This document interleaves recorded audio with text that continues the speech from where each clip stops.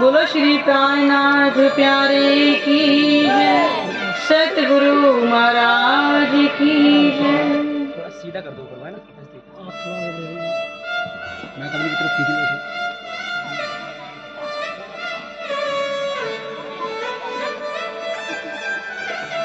सभी धर्म प्रेमी सज्जन यहाँ पे विराजमान है। कोई राम भगवान की पूजा करता है, कोई शंकर जी की पूजा करता है, कोई देवी की करता है, कोई किसी देवी देवताओं की करता है। लेकिन आज हमें बताएं कि शंकर भगवान किसकी पूजा करते हैं।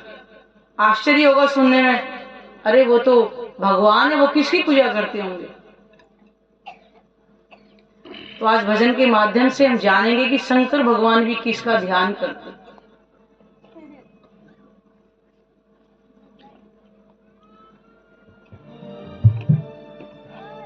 शिव शंकर कह गए उमा से, शिव शंकर कह गए उमा से, ऐसा कलयुग आएगा, विंध्याचल पर्वत के ऊपर सुंदर धाम सुहाएगा।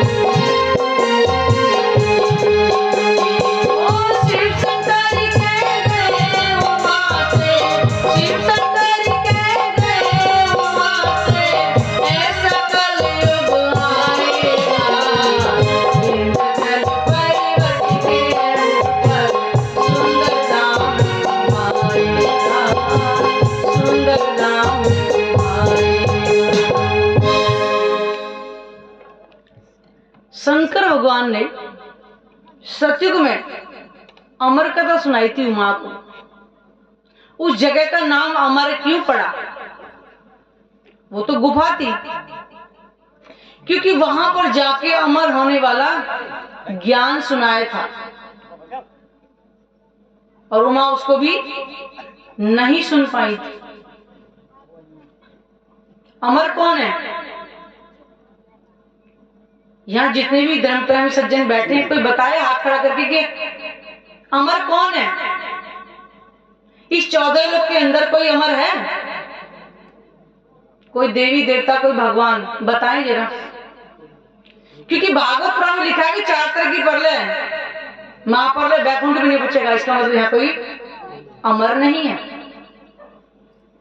ये 14 लोक का ब्रह्मांड तो नाशवान है। तो फिर अमर कौन है जिसके बारे में शंकर जी ने उमा को बताया था? यही तो उन्होंने पूछा था कि हे नाथ, आप युगों युगों तक रहते हो और मैं बार बार आपके लिए तन धारण करके आती हूँ, पता नहीं कितने जन्म मेरे होते हैं, उस रहस्य को आप बताइए।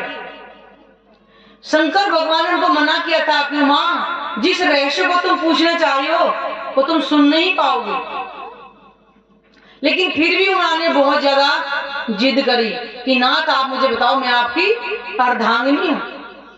क्योंकि पति का जो रहस्य है वो पत्नी को पता होना चाहिए। जब उन्होंने बहुत ज्यादा जिद करी तो साथियों, वो कैलाश पर्वत में भी सुना सकते थे। अगर पति को कोई बात बतानी है तो कहेगा कि घर छोड़ के चल, जंगल में बताऊंगा। कह सकता है कोई? वो घर में ही बता देते। तो इसका क्या कारण था कि कैलाश पर्वत में न सुना के वो अमरनाथ की गुफा के अंदर लेकर के गए थे। शंकर भगवान ने अपनी शक्ति से वहां के जीव जंतु जो भी थे वो सारे वहां से उड़ा दिए थे। लेकिन एक अंडा था घोंसले के अंदर, उसको कैसे उड़ाते? वो तो उड़ ही नहीं सकता था। तो शंकर भगवान ने मां को बताया कि मां, मैं ध्यान अवस्था में होकर मैं उस ज्ञान को तुम्हें सुनाना जा रहा हूं। केवल तुम हुकारा भरते रहना ताकि मुझे ये पता चल जाए कि तुम इस ज्ञान को सुन रही हो। जैसे ही शंकर भगवान समाधि में लीन हुए, उन्होंने बताया कि ये 14 लोक का वर्णन पाताल से बैकुंठ, इसके ऊपर 700 निराकार मंडल, उस तक उमा सो चुकी थी। बेहद भूमि का जो वर्णन किया तो जो जीव था तोते के अंदर, उसने उस ज्ञान को सुन लिया था। वो हुकारा भरने लगे। जब शंकर भगवान समाधि से टूटे, उनकी समाधि टूटी, तो उन्हें देखा कि मां तो सो रही है, तो हुकारा कौन भर रहा था फिर? तो देखा तो वहां एक तोता निकल के भागा वहां से। शंकर भगवान उसके पीछे त्रिशूल लेकर के दौड़े और तोते ने वो अपना तन छोड़ दिया। यानी कि जो सूक्ष्म जो जीव है जिससे हमारा शरीर चलता है वो इतना बारीक होता है, कहते हैं कि एक बाल का 1000 माह भाग भी करे तो भी इसको नहीं देख पाएंगे, वो इतना सूक्ष्म होता है, बाल से बहुत ज्यादा बारीक। तभी कहते हैं जब इंसान की मृत्यु होती है कि आंख के से उनका प्राण निकले, कोई नाक से प्राण निकले, वो दिखता थोड़ी इतना बारीक है कि सूक्ष्म दर्शी से उसको नहीं देख पाएंगे। जब उसने तोते का तन छोड़ा तो सूक्ष्म जीव व्यास जी की पत्नी के मुख में समा गया। और कहते हैं कि शंकर भगवान व्यास जी के दरवाजे पर 12 वर्ष तक खड़े रहे थे इंतजार कि जैसे इस बालक का जन्म होगा मैं इसको संहार कर दूंगा, क्योंकि इस ज्ञान को कोई सुन ना ले। एक दिन व्यास जी ने उनसे पूछ लिया कि भगवान आप ये तो बताइए कि आप मेरे दरवाजे पर इतने दिनों से क्या प्रतीक्षा कर रहे हैं? तो उन्होंने कहा ये जो तुम्हारी पत्नी के उदर में जो जीव है ना, उसने ब्रह्म ज्ञान को सुन लिया है। तो उन्होंने कहा कि ना जब सुन ही लिया है तो वैसे ही अखंड हो जाएगा, आप इसको फिर मार ही नहीं सकते। ये है वो अमर होने वाला ज्ञान जो आपके सामने है। ये है वो अमर कथा। अमर केवल केवल एक परमात्मा, और कोई अमर है ही नहीं।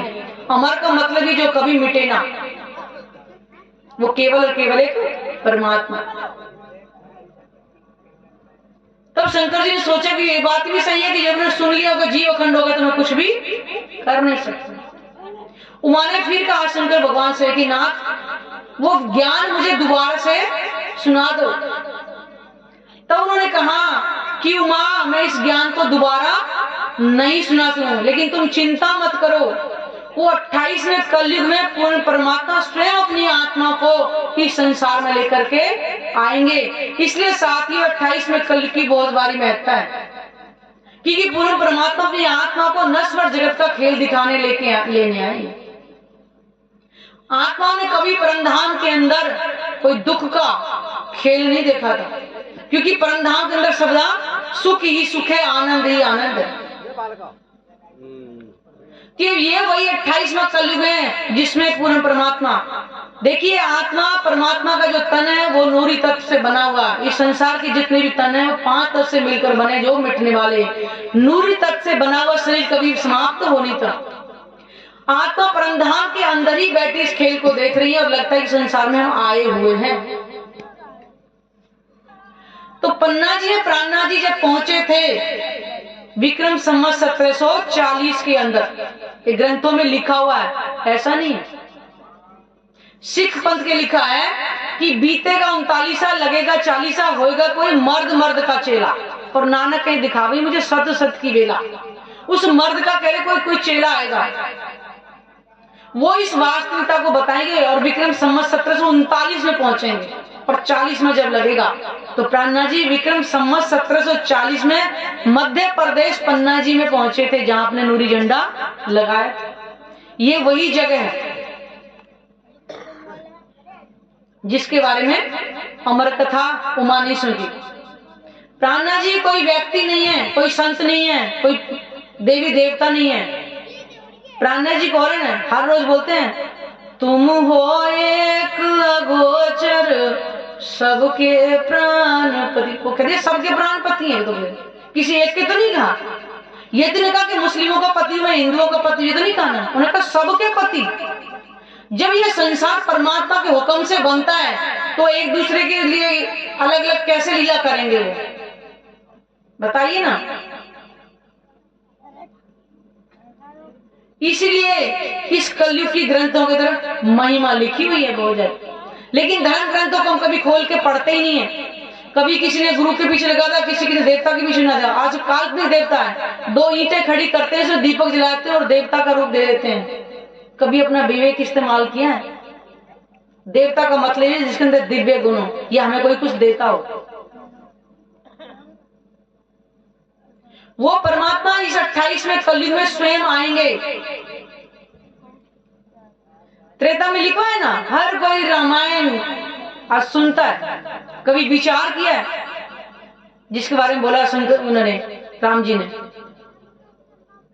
त्रेता में लिखा है ना, कलयुग केवल नाम आधारा, सुमर सुमर नर उतर ही पारा। इसका मतलब ना तो सतयुग में कोई उतरा, ना त्रेता में, ना द्वापर में, कोई नहीं उतरा पार। राम भगवान खुद कह रहे रामायण के अंदर। वो कलयुग में क्या होगा जिसको सुमर सुमर के पार उतरेंगे, क्या विचारा कभी हमने? खाली सुन ही रहे हैं। द्वापर के लिए भी नहीं बोला है, बीच में द्वापर भी जाए तो द्वापर के लिए बोल देते, लेकिन नहीं बोला कलयुग आएगा। तो किसी ने विचार किया कि कौन सा नाम आएगा? तो साथी वो नाम नहीं आएगा, वो ज्ञान आएगा जिससे परमात्मा के धाम की और स्वरूप की पहचान करके हम भव से पार होंगे, जो आज तक नहीं हुए थे। ये है वो वाणी, ये परमात्मा का स्वरूप, वांग्मय स्वरूप बोलते हैं इसको। क्योंकि परमात्मा का जो तन है वो नूरी है, इस संसार में आ ही नहीं सकता है। एक कंकरी रस की उड़ावे 14 तबक, ये 14 का ब्रह्मांड वहां की कोई चीज सत आ ही नहीं सकते, 1 सेकंड में ही समाप्त हो जाएगा। तो वो ज्ञान आएगा जिससे परमात्मा के धाम की स्वरूप की हम पहचान करेंगे, जो आज तक नहीं थी। निराकार निराकार कहते हम थकते नहीं थे। हमको इतना सुंदर बनाया, वो बनाने वाला निराकार हो सकता है कोई? बताइए जरा, निराकार कैसे हो सकता है? कुम्हार मटका बनाता है तो मटके के अंदर रहता है, मटके से बाहर रहता है ना। ऐसे ही परमात्मा के हुक्म से ऐसे ब्रह्मांड बनते मिटते हैं, लेकिन वो कैसी लीला होती है? बन के मिट जाने वाली। जहां वो परमात्मा रहता है वहां पर सच्चित आनंद की लीला, इसलिए उसको कहते हैं सच्चिदानंद। आज लोग अपनी गाड़ियों पे लिखवा ले सच्चिदानंद की जय। अरे भाई सच्चिदानंद है कौन बताओ पहले? इस संसार में तो कोई ना सत्य है, ना कोई चेतन है, ना आनंदमय है। सत्य नहीं है कोई, सब बन के मिटने वाला। ना किसी के पास आनंद है, कहाँ है? ना कोई चेतन है, सब जड़ है। तो सच्चिदानंद है कौन? जिसकी महिमा युगों युगों से ही, और फिर शंकर भगवान ने, शंकर जी के द्वारा 64 तंत्र लिखे गए हैं। 64 तंत्र, 64 ग्रंथ लगा लो एक तरह से। उसमें एक महेश्वर तंत्र है। अमर कथा के बारे में जब नहीं सुना पाए तो उसमें कह रहे कि हे उमा, जो इस ज्ञान को बना बना करके वर्णन करेगा तो उसको कितना पाप लगेगा। 1000 छोटे बच्चे होते हैं ना, बिल्कुल पैदाइशी बच्चे, उनकी हत्या करने जितना पाप लगेगा। 1000 विधवा करने का पाप लगेगा, अथवा गुरु से छल करे जितना पाप लगेगा, जो उस ब्रह्म ज्ञान को बना बना के कहेगा। तो वो कह ही नहीं सकता, क्योंकि ब्रह्म के बारे में जिन्हें कोई जाना ही नहीं तो वर्णन कहां से कर सकते। ये है वो ज्ञान जो इस संसार में पहले नहीं आया था, कलयुग के अंत में आएगा। ये भी लिखवा दिया कि कलयुग के अंत में आएगा। ग्रंथों में बहुत लिखा है, भविष्य मलिका करके लिखा हुआ है, उसमें भी लिखा है कि वो शादी वेश में आएंगे और विंध्याचल पर्वत में होंगे। बताइए, विंध्याचल पर्वत मध्य प्रदेश पन्ना जी में, जो जिला पन्ना पड़ता है एमपी का, वहां पर। और इतना लगा कि चित्रकूट के पास वो रमणीय क्षेत्र हो गए। भविष्य पुराण के अंदर भी लिखा हुआ। धर्म ग्रंथों को पढ़ते नहीं है, इसलिए हम अज्ञानता में ही घूम रहे हैं। शंकर भगवान, आज शंकर भगवान के बारे में जाने। दुनिया शंकर भगवान की पूजा करती है। शंकर भगवान किसका ध्यान करते हैं? शंकर भगवान एक मृगशाला को पहले कहा ध्यान अवस्था। आपने कभी देखा होगा, हमेशा उनकी आंखें बंद होती हैं। गले में उन्होंने सर्प डाला। वो हमें क्या शिक्षा दे रहे हैं? हम उनके बजाय दीवार पे जो कैलेंडर लटकाते हैं उसकी पूजा ना करके उनके चरित्र की पूजा करें। उनके अंदर क्या गुण है? उनके गले में सर्प दिखाते हैं, क्या शंकर भगवान सर्प को गले में डालेंगे? कोई और चीज नहीं मिली थी उनको। वो सर्प नहीं डालते, बल्कि हमें वो शिक्षा दे रहे हैं कि जैसे सर्प को देखते मारने को भागते हैं, हमारा शत्रु है ना सर्प, तो कह रहे हैं ऐसे शत्रु को अपने गले लगाओ, यानी कि हम किसी से ईर्ष्या द्वेष ना करें। वो हमें ये शिक्षा दे, ना कि वो गले को सर्प में, उसमें सर्प को गले में लटकाते हैं। वो हमें शिक्षा दे रहे हैं कि हम छोटी छोटी बातों में एक दूसरे ईर्ष्या द्वेष करने लगते हैं, आपस में ही दुश्मनी लेते हैं, जो कि हमें नहीं करनी चाहिए। उनके शीश कमल पे यहाँ चांद दिखाते हैं, कहते हैं कि पृथ्वी से 13 लाख गुना बड़ा चांद बड़ा है, तो क्या उनके शीश पे आ सकता है? ये सिर्फ अलंकारिक शब्द है। कहने का भाव है कि जैसे चांद शीतल होता है। आप कभी पूर्णमासी के दिन आपने देखा होगा, अगर लाइट चली जाए तो उसकी जो चांदनी वो कितनी सुंदर लगती होगी, लगता है कि बाहर चांदनी महसूस। तो यानी कि कहने का मतलब वो कह रहे हैं कि तुम चांद की तरह शीतल बनो। लेकिन हमारे अंदर इतना क्रोध होता है, छोटी छोटी बातों के अंदर हम इतना घर के अंदर गुस्सा करने लगते हैं। क्या हमारे अंदर है? नहीं है। तो शंकर भगवान जी कह रहे हैं कि चांद की तरह शीतल बनो। एक उनकी जटाएं, उसमें से क्या दिखाएंगे? गंगा की धारा बह रही है। और गंगा की धारा कहां से आई है?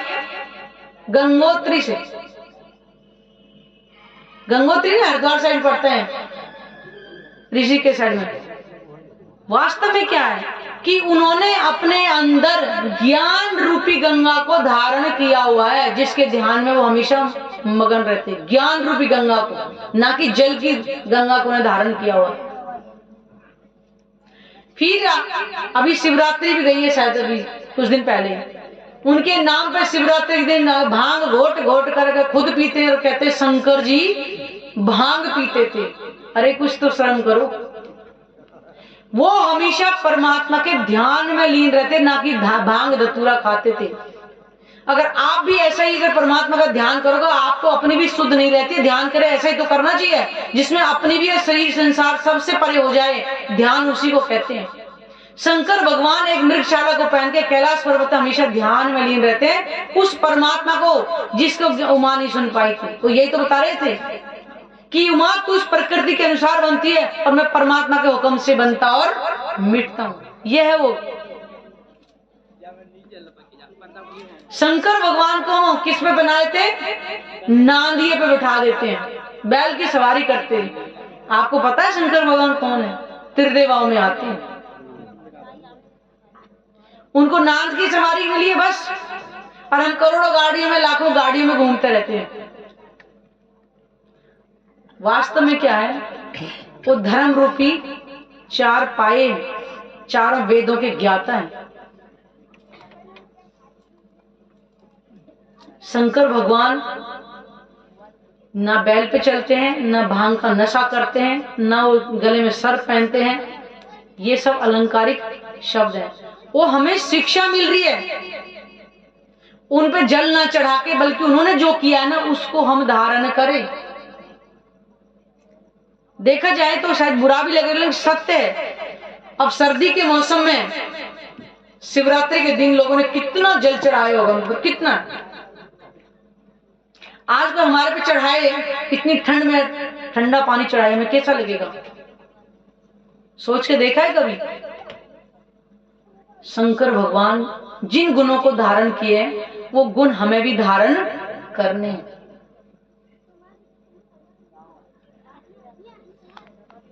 और देखिए बताए, सुनो सखी सभी युगों में कलयुग ये धन धन होगा, न सत्य के लिए, न त्रेता, न द्वापर के लिए। कलयुग क्यों धन होगा?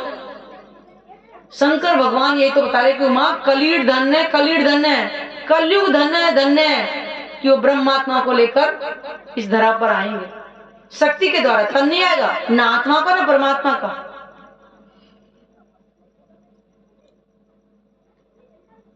इश्क दिखाने अपना रूहों को।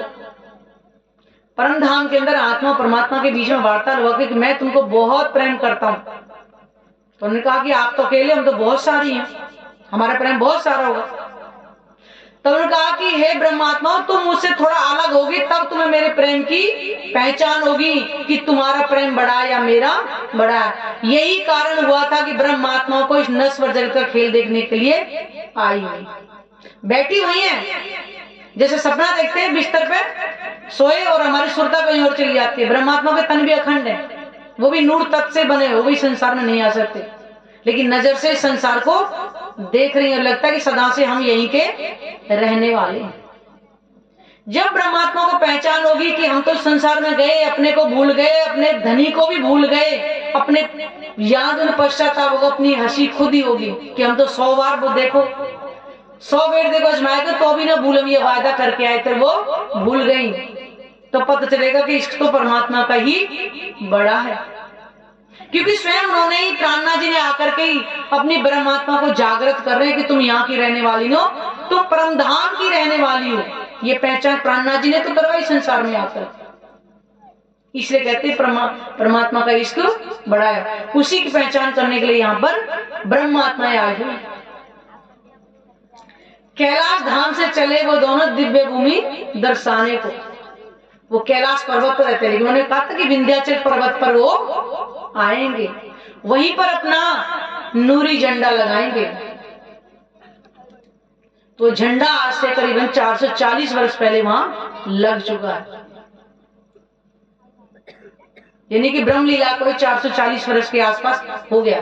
तो विक्रम संवत 1740 में बताया था, वहां जाके प्राणनाथ जी अपना नूरी झंडा लगाया था। महाराजा छत्रसाल के समय की बात है, जो महाराज छत्रसाल बुंदेलखंड के राजा थे, तब की बात है। वेद शास्त्र पुराण पुराण अक्षरातीत के नहीं, अक्षर से भी परे अक्षरातीत धर्म शास्त्रों में पहले से लिखा था। आपने आप बताया ना, रामायण के अंदर भी लिखा हुआ है कि आएंगे कलयुग के अंदर, और धर्म ग्रंथों में बहुत कुछ लिखा है, बाइबल में भी लिखा है। वो भी कह रहे हैं परमात्मा अपनी चुनी हुई आत्माओं के लिए आएंगे, वो भी कह रहे हैं। सिख पंथ के भी लिखा हुआ है, सिख पंथ के लिखा है पुरातन सो साखी में लिखा है कि नेह कलंक तरसी महाबली अवतार और संत रक्षा जुग जुग करे दुष्टा करे संहार। नवदा धर्म चलावसी जग में होवनकार और नानक कजू तारसी कीर्तन नामधार। ये लोग कलयुग के बारे में नानक जी बता के चले गए कि एक नया धर्म चलेगा। इससे पहले धर्म बहुत चले थे, लेकिन नया धर्म कलयुग में निष्कलंक बुद्ध कलगी अवतार, यानी कि कलगी अवतार होगा। निष्कलंक एक परमात्मा और कोई है ही नहीं। वेद शास्त्रों में सब कुछ लिखा था, लेकिन ना पढ़ने के कारण हम पहचान नहीं कर पाए। ईसा मसीह मोहम्मद ने लिखा। अब ईसा मसीह या मोहम्मद साहब हो तो उनका नाम लेते हैं, हमको थोड़ा सा अच्छा सा नहीं लगता, हम बुरा सा मुंह बनाते हैं, लेकिन परमात्मा तो सबका एक ही, उन्होंने पहले लिखवा दिया। अब मत मानो कुरान से तो रामायण की बात मान लो ना, फिर क्यों ना ढूंढ रहे कि कहाँ है वो सुमर सुमर के उस नाम को पार उतरेंगे। मत मानो, परमात्मा सबका एक ही है। उन्होंने अपने हुक्म से हर धर्म ग्रंथों में लिखवा दिया, क्योंकि वर्ण वेद जाति पाति जो बनी है कोई ये ना कहे कि हमें तो पहचान मिली ही नहीं थी। अब जिसको मान लो दुकान पे हम जाएंगे तो कोई कहे भाई साहब हमको लौकी दे दो, फिर कोई कहे वो भैया में घिया दे दो, अपने अपने कोई कहे कद्दू दे दो। अरे भाई जिसको जो नाम अच्छा लगा उसे नाम से ले आओ, स्वाद तो एक ही आएगा बनाने के बाद में घिया का ही। ऐसे ही परमात्मा अल्लाह सुप्रीम गॉड वाहिगुरु जो मर्जी बोल लो वो एक है, एक ही रहेगा। इसलिए कहा पूर्ण अति पूर्ण केवल वही है। उन्होंने हर ग्रंथों में हर धर्म शास्त्रों के अंदर लिखवा दिया और पीर पैगंबरों के माध्यम से अपनी गवाहियां भी लिखवा दी। हुक्मे वेद लिखते में लाखों लिखे निशान। हर युग में हर धर्म ग्रंथों में अपनी पहचान लिखवा दी। कल युग में आएंगे। देवी देव मुनियों ने मांगा, देवी देव मुनियों ने मांगा मेहंदी जमाना आएगा। देवी देवता भी तरस रहे हैं कि अगर कलयुग के अंदर हमें भी मनुष्य तन मिला होता तो हम भी ब्रह्म ज्ञान को धारण कर लेते, और आज हमें मनुष्य तन मिला हुआ हमको इसको ऐसे ही गंवा दे रहे। सोचो कुछ, देवी देवता तरस रहे हैं कि मनुष्य तन मिला होता, क्योंकि मनुष्य तन के अंदर विवेक बुद्धि होती और किसी योनि में ज्ञान कर नहीं सकते। तो बताइए प्रकट हुआ श्री नौतनपुरी में चल के साथ जगाया है। इस ज्ञान की शुरुआत कहां से हुई है? गुजरात में नौतनपुरी, जिसको अब जामनगर बोलते हैं। सतगुरु देवचंद जी, इनका भागवत पुराण के अंदर वर्णन आता है कि परमात्मा आएंगे कलयुग में दो तनों से लीला करेंगे। देवापी, भीष्म पिता के पिता थे शांतनु, उनके भाई थे देवापी। देवापी जब इनको राजपाट नहीं मिला था तो ये साधना करने के लिए कहां चले गए थे? हिमालय पर्वत की एरिया में बोलते हैं इसको। और ऐसे एक मरु राजा थे, ये भी वहीं चले गए थे, कलापग्राम बोलते हैं जिसको। ये दोनों राजा जब साधना कर रहे थे वहां पर, ये संसार तो शरीर को ही देखता है। क्यों? कि देवापी तो बीमार थे और जो मरु राजा थे कहते देखने में बहुत ज्यादा क्रूप थे। इस कारण से जब राजपाट लिया संसार से विरक्त होकर साधना करने के लिए चले गए थे। जब ये साधना करे तो आकाशवाणी हुई थी कलयुग में परमात्मा आएंगे। तब ने और घोर तप किया। ये भागवत पुराण 12वां स्कंद 2रा अध्याय और 37-38 श्लोक में लिखा है। जिसको प्रमाण चाहिए मेरे पास है, वो देख सकते हो थोड़ी देर बाद कि कलयुग में परमात्मा आएंगे, दो तरह से लीला करेंगे। तो सतगुरु देवचंद जी, जिनका जन्म विक्रम संवत 1638 में उमरकोट गांव में हुआ था, जब ये वहां से खोज करते करते कच्छ पहुंचे, कच्छ के बाद भोजनगर पहुंचे, भोजनगर से भी जाकर के ये नौतनपुर यानी कि जामनगर में पहुंचे थे। वहां जाकर के इस ज्ञान की शुरुआत हुई है। वहां से निजानंद संप्रदाय चला, जिसको बोला नया धर्म चलेगा। निज का मतलब अपना, और आनंद, आनंद सबको चाहिए। तो अपना आनंद कहाँ मिलेगा? जब हम परमात्मा का चिंतन करेंगे तब हमको अपना आनंद मिलेगा। श्री पन्ना जी में आकर अपना नूरी झंडा लगाया। नौतनपुरी से जब चले हैं तो कहते हैं कि प्राणनाथ जी ने 25,000 किलोमीटर की पद यात्रा करके सुंदर साथ को जागृत करते करते जब वहां पन्ना जी में पहुंचे,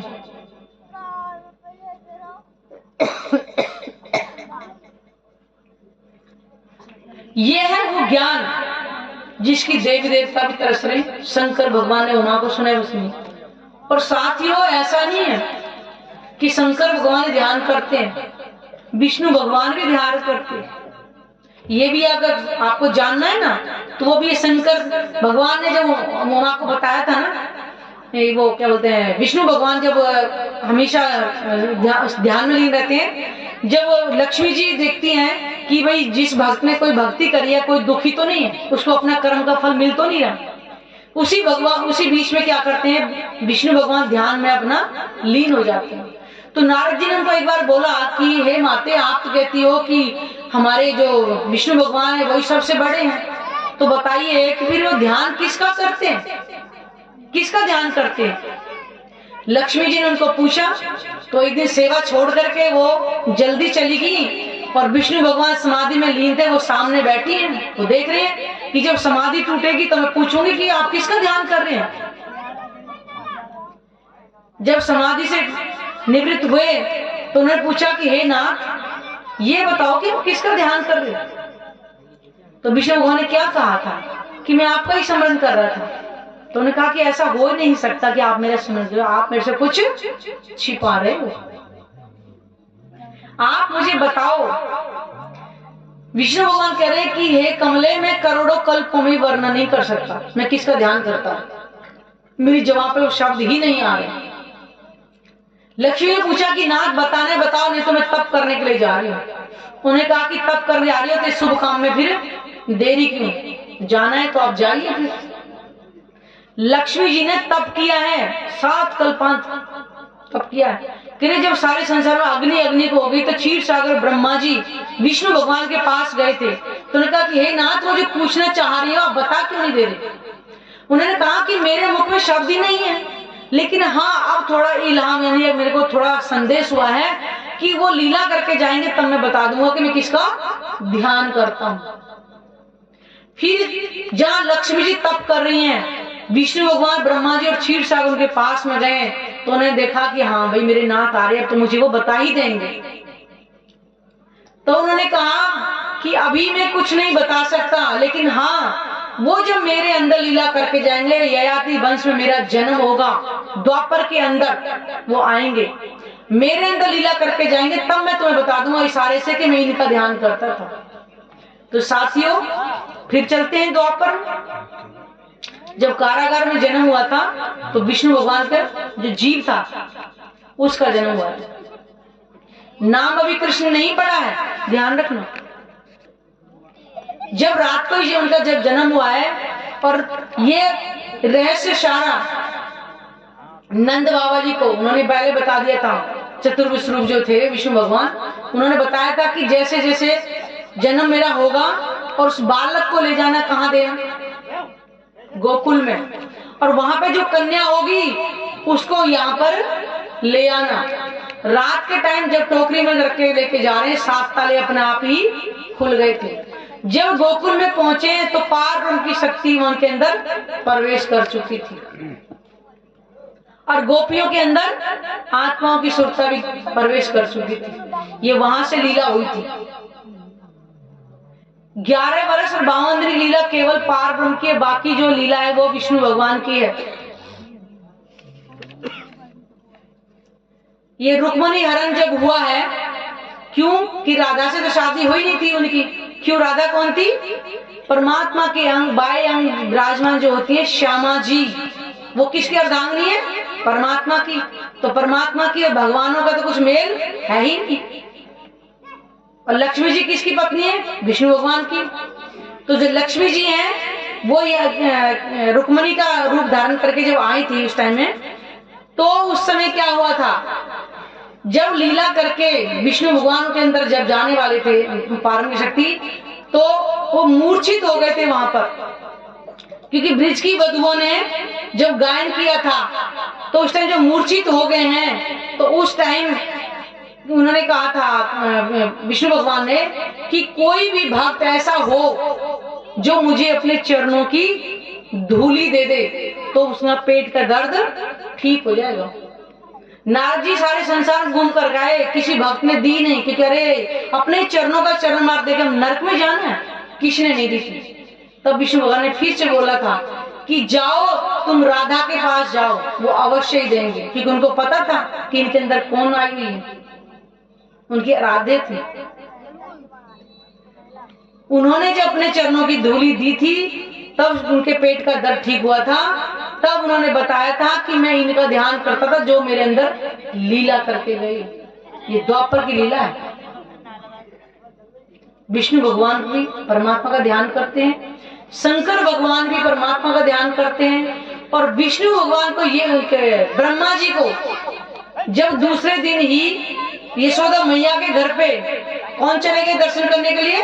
शंकर भगवान की अपनी लल्ला के दर्शन करा दो। उनको पता था कि पार्वती की शक्ति इनके अंदर आई हुई है, और विष्णु भगवान वैसे ही उनकी लीला कर ही रहे थे उनके अंदर, केवल ब्रह्मा जी को नहीं पता था। और इसी कारण से पहचान न होने कारण की परीक्षा लेने के लिए ग्वाल वाले सब बंद कर दिए गुफा में। अगर विष्णु भगवान के भाई थे तो क्या उनको पहचानने में गलती हो जाती थी? क्योंकि पार्वती की लीला थी, पहचान ही नहीं पाई। ये भागवत पुराण के अंदर किस्सा लिखा हुआ है कि कैसे कैसे उनकी परीक्षा ली, कैसे ग्वाल वाले गुफा के अंदर बंद कर दिए थे, और 1 साल तक लीला चली थी। जब 1 साल के बाद दोबारा नारद जी ने बोला कि पार्वती दर्शन करने आओ, तो जब दर्शन करने के लिए गए तो उन्हें देखा वो ग्वाल वाले जैसे अंदर बंद किए थे वैसे अंदर हैं, जैसे बाहर लीला चल रही है वैसी बाहर चल रही है। तब उनको पहचान की वो वास्तव में पार ब्रह्म। साथियों, ये वो पार्वती की लीला है जो द्वापर में 11 साल 52 दिन की थी, और अब कलयुग में हो रही है। ब्रह्म लीला कहते हैं इसको। ये है वो ज्ञान जिससे आज सुमर सुमर के हम भव से पार होंगे, इससे पहले कभी नहीं हुए थे। तो आज मनुष्य तन रहते रहते कहते हैं मनुष्य तन की सार्थकता को जो समझ आएगा वो ब्रह्म ज्ञान को पहचान ही जाएगा, और नहीं तो 84 लाख योनियों का चक्र के अंदर चक्की चलती ही रहेगी, कभी बंद नहीं होगी। 84 लाख योनियों भोगने के बाद एक बार मानव चलता है, उसको फिर खा पी के गवाते, फिर से 84 के चक्र में फिर से पड़े रहेंगे। आज हमें मनुष्य तन मिला है, पार का ज्ञान भी मिला हुआ है, और इसी तन के अंदर अगर पहचान कर ली तो हमें 84 लाख योनियों में नहीं जाना पड़ेगा। आपका सौभाग्य है कि इस गांव के अंदर ब्रह्म ज्ञान की चर्चा सुनने को मिल रही है। ऐसे ऐसे लोग भी जिनको नाम भी सुनने को नहीं मिलेगा। आज पुजारी जी आपके गांव के हैं, आप इनके माध्यम से इस ब्रह्म ज्ञान को यहीं बैठे बैठे श्रवण कर सकते हो, जो देवी देवताओं को भी दुर्लभ है,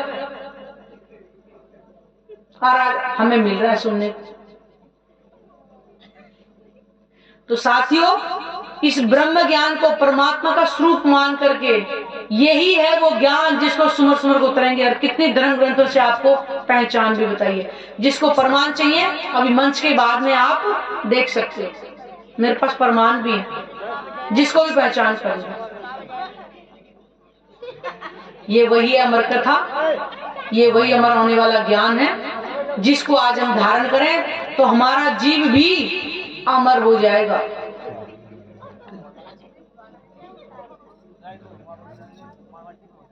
तो इसके लिए अब हम यहीं पे समाप्त करें। बोलो श्री प्राणनाथ प्यारे की, सतगुरु महाराज की।